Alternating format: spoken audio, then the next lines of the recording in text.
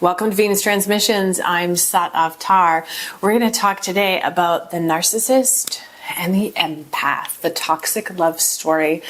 And we're going to get deep into the soul purpose and have some aha moments that are going to open up our consciousness and our psychology to understanding why this is invading our life and overwhelming us and hijacking our entire being. How can we step out of the story? What is it all about? What's the magic in it? Because there is some magic in it. Open up your psyche and your consciousness so you can take a step beyond the viewpoints that you might be stuck in and the pain that you're stuck in, and get a deeper understanding. Like, rewrite your story today in this video. Narcissists and empaths, what is going on here? What is the root of this? What is the cause? How can we transcend it? We're getting on a soul level here today, tuning into what the soul purpose is and how we can actually turn this, what's created us, into a victim, into something that makes us the most powerful, happy person. And I know that that seems rather impossible when you feel overwhelmed and you feel powerless. We're going to take back our power today. So I want to start by explaining something about this whole story of narcissism and empaths and how it got to be the story that it is and how we can transcend it. A triangle. If you've really gotten into narcissism and researching it, then you've probably heard of triangulation. I want you to really tune in to what's going on here. What's at the top here? Leader. What's another word for leader? Narcissist. Now, obviously, all leaders aren't narcissists, but for the sake of this psychological profile and this story, at the bottom here, we have the empath and the pawn. Both of these people at the bottom are very disempowered. And actually, the person at the top is also super disempowered because they have to control other people to feel like they have value and to feel powerful. But what happens here? The empath is trying to speak their truth, and the pawn is just acting out the way the leader, the narcissist, wants. This structure is pervasive in pretty much every part of society. Every business structure, corporations, our educational system, our medical system. And once you have that aha moment, and you can see that so much of leadership is based on devaluing people, then you kind of just say, like, whoa, where am I giving away my power, and how have I been giving my power away in these sociopathic and narcissistic systems in every area of my life, not just in my relationships? This goes back centuries, these psychological structures. To disempower an empath or any person, or in this chart, like the pawn, what happens is the structure at the top pits the two people on the bottom against each other. So while those two people fight, the person at the top just can do whatever they want to exploit anyone. And just take a look today, what is happening? And take a look at all of these structures through time that, of course, aren't wholly bad, but are still operating under this structure. So onto the bigger picture about narcissists and empaths and just the psychological profile that is happening that we've been conditioned with. We've been conditioned to relegate our power to government, to doctors, to therapists, because we don't trust ourselves and we need to start trusting ourselves. That's why I really love teaching Kundalini Yoga, is because it's a process that you can tune into your own wisdom It's about becoming self-sovereign. It doesn't mean that therapists, doctors, and the government don't have their positive sides or can't help you, but it's about knowing your own truth and what help you do need and the experiences that you have seen and not being bypassed or gaslighted out of them. You're not allowed to speak your truth if it goes against what the leader or the narcissist says. And if you do speak your truth, you're going to get all the other people to move against you. So how do you solve that? You find your own truth and you connect to yourself and you stop focusing on people outside and realize there's a real deep aha moment where you realize you're codependent. And then you realize how deep you really are codependent. It's not something that just full-blown necessarily comes into your consciousness fully. It's a ladder. It's steps into realizing how deep you people please. Every movement that you make every day is about your projection of how other people are judging you, what you wear, how you do your hair, what you say. Are you watching the thoughts in your mind ever to see when you go through your day, what's really motivating you to make your decisions?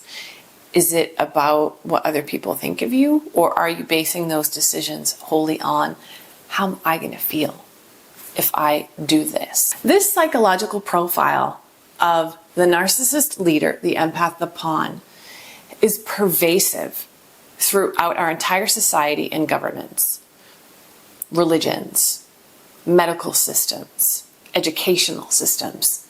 It's been like this for centuries, which is why we get caught up in these relationships. People 30 years ago, was anyone talking about narcissists or even discussing this? No, this is a huge shift in our consciousness that is happening. It's a huge realization. We have relegated and given our power away because we want to be saved. We want a leader to save us. It doesn't work that way. It's not going to work that way. We have to start saving ourselves and be powerful enough to stick up for ourselves, speak our truth, and be able to hold whatever trauma and emotions come up. We need to be able to have the conversations that we want the rest of the world to have with us.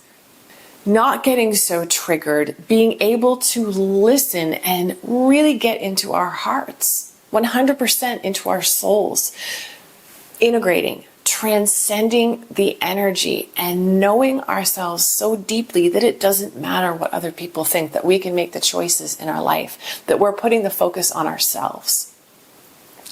Empaths and pawns generally are coming from the same space of codependency and disempowerment.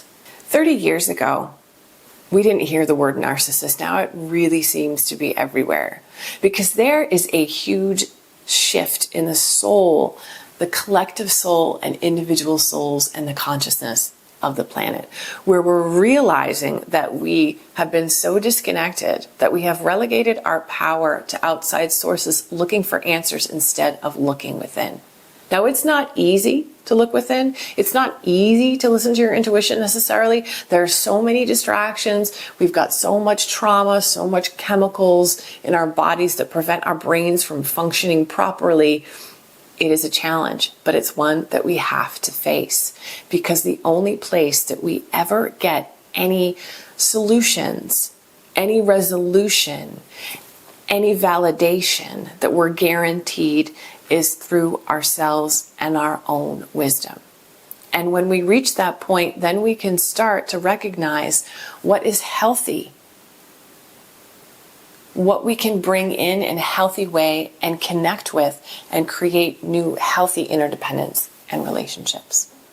If you are so bent on getting the message of your experience across to someone who is denying you your experience, you're giving your power away. The more you can walk away from those situations, the better. My purpose in sharing my perspective, I grew up in a very toxic family. Very, very toxic, and absolutely surrounded by people with personality disorders. And back then, there wasn't personality disorders. Nobody was going to therapy. Everyone was blaming everyone else, and everyone was blaming the children as well. That's what I grew up with. And it's taken years to work with my own consciousness and see how I was shamed. People dumped their shame on me, and I carried it. And I'm no longer willing to carry it. I've always been a person that wanted to find truth. And that is one of the basis of my goals, is to find my truth and share it with others. And I know not everybody is always going to agree with me, and that's okay. You reach a point where you're okay with your emotions, and you don't need anybody else's validation. We are all on this soul journey right now, this journey of awakening that is very challenging and very difficult. The resonance of an empath, tune into that, because if there's a layer of victimhood in it, which it does have the frequency of that, the way that this particular story is told, ask yourself, how can you transcend the victimhood in that story? There's tons of videos on YouTube that talk about this. Narcissism is a highly searched keyword these days, and it's so great because someone was saying the other day to me about the generational difference, that the new generations, they do not put up with this stuff. They speak their truth. They talk about their trauma. It's not like my parents' generation, where it was shoved down, not talked about, where you took your suffering and made it a trophy. I'm suffering more than you, I win. That is part of this psychological profile that we were not even conscious of, that we need to transcend. Your focus needs to be on loving yourself first. That's where you get the real goods, the real connection, the lasting love, the lasting happiness. When you work on yourself, love yourself, and know that in this moment, you are perfect just as you are. All the traumas that you have, all the pains, you're perfect. Don't let anyone take advantage of you because you have those pains, because you're judging yourself, because you feel inadequate, because your emotions sometimes have such deep shame and grief. When you judge the grief, when you judge the shame, you take your power away. And to a narcissist, they can sniff that out and they will use it against you.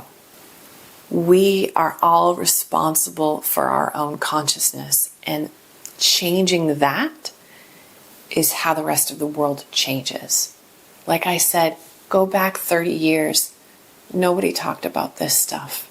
It's a hard process, I'm not going to lie, but you have to be ready to lose friends and family members and relationships and jobs and lose everything so that you can gain yourself and your power back. We will have what we need. It might take some time. We might need to create space.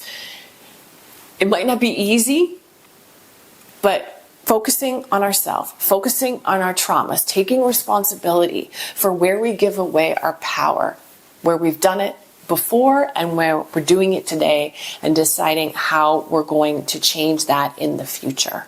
The truth is that when we get into narcissistic relationships, we usually just make excuses for the red flags. We make excuses because We are trying to prove something. A friend that I recently met had just started dating someone. They were dating for about 6 weeks. On a psychological level, on a level of consciousness, she was like, oh, I want this guy. He's cute, but he told me this about himself. Well, let's see. Maybe I can change this and then I can validate my self-worth because that outside source, that person changed their mind. I changed them. And now I'm worthy. Now, this is definitely a whole deep structure I could get into about just how women are told that we're more mature, we mature faster, so we have to put up with bad behavior. Or behind every great man is a great woman. Like, it's our responsibility to change or heal men. It's not. From the beginning, this person, there were red flags, but she got stuck in a moment of thinking, well, what if I can change this person? What if it's different? Even though the person was very straightforward about their shallow approach to women and relationships. In the end, she woke up. But she said something really interesting to me about empaths and narcissists, and how empaths want love and kindness and respect and emotional validation. And then the leader, the narcissist, falsely represents that, puts forward that they are those things, and that it's this just story that any empathic person or person with empathy and sensitivity is going to get stuck in. But here's what I said to her. Here's the reality. Every person on the planet that is reasonable wants respect, love, and emotional validation. Just because you want those things doesn't necessarily mean you're an empath that's going to attract narcissists. It's normal. That's the function of a normal, healthy relationship. I gave her this analogy because I think that as empaths, we can blame ourselves. And that's what happens. The empath is constantly gaslighted and blames oneself and what they're doing for everyone else's behavior, why they're not good enough, why people didn't treat me right. And then that turns into this psychological of, oh, why am I not attracting the right situations? Why am I attracting, narcissistic people? Here's one thing to remember. It's not necessarily who you go on a date with a few times.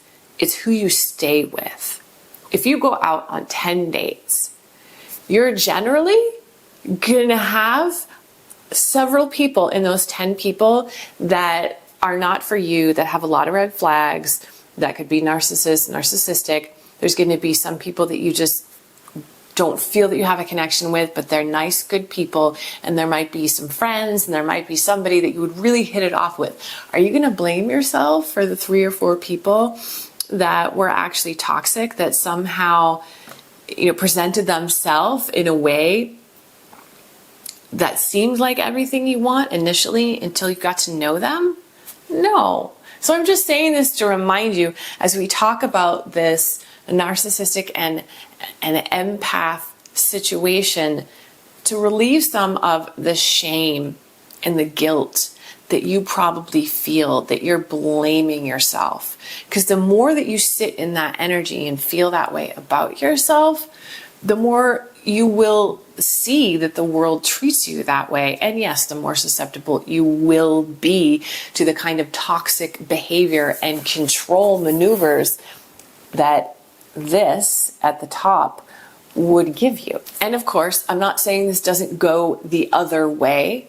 It's just the toxic structures of this dynamic that we've been conditioned with. And it's a minefield. It's a minefield. The only answer to it is to constantly look within, look what traumas are coming up, look what's not integrated, and love that. Love it and accept it. Don't push it away. Don't get into healing methods to try and get rid of it. Get into healing methods to love it and to love yourself, to love every part of yourself. And as painful as the past is, especially when we've grown up in really toxic, hurtful situations, validate your own pain, because it has been painful and it has been hard. But you are infinite, and it's an opportunity to love yourself more, to be unapologetically on your own side. And stop worrying about when you have to say no, when you don't answer text messages, when you have to take a break. Just all these little things that you rip yourself apart over every single day. I'm not advising to go be mean to people. I'm advising listen to yourself first and take care of yourself first. This is one of the biggest opportunities that if you are faced with this situation right now, it's an opportunity to heal the past. It's an opportunity to love yourself even deeper and to a place and a deep love in your heart that you've never felt before. Take this as a message from your soul that if you're in this situation and you're starting to really see it, because sometimes people don't see it for years, this is your golden opportunity to get closer to your soul. Lean in to the experience. Don't run away from it. Yes, it can hurt and it can be difficult and it can be grueling, and the grief that you're going to feel is monumental. Look at where you've been coming from and how you've been devaluing your own self. If you continue to devalue your own self, we get that back. Being nice isn't necessarily too nice. The people-pleasing nice, it doesn't give you the energy that you need to get to that place of empowerment. You need to learn how to say no, put yourself first, love yourself first, value yourself first, validate your own emotions. Give space, and then allow life to bring you healthier situations, or watch the situations in your life get healthier. I recently achieved one of the things that I've been trying to achieve for my entire life. 3 weeks after I achieved it, my whole body gave out. I had really bad CPTSD episodes. I haven't had pain like this for years. Outside circumstances do not necessarily change what's inside. What's inside is truly a 100% inside job that is based on the level of communication, validation, self-love that you can create for yourself. And right now, all the structures on the planet are changing. Everybody's mess is coming up. So love your own mess and see how that serves you to get to the next step. And that next step is actually just realizing that in each moment, in each now moment, and in the present, we are enough, and we're loved, and we're magnificent. VenusTransmissions.com. I have a 7-day nervous system reset for CPTSD and abuse recovery. It's 7 days of Kundalini yoga, morning and evening practice, and then another amazing Kriya and meditation that I practiced every day for several years that was very helpful for stress, for rewiring the brain, for CPTSD, for trauma integration. And I have free trainings and resources. I would love to hear your experience and how you are validating yourself every day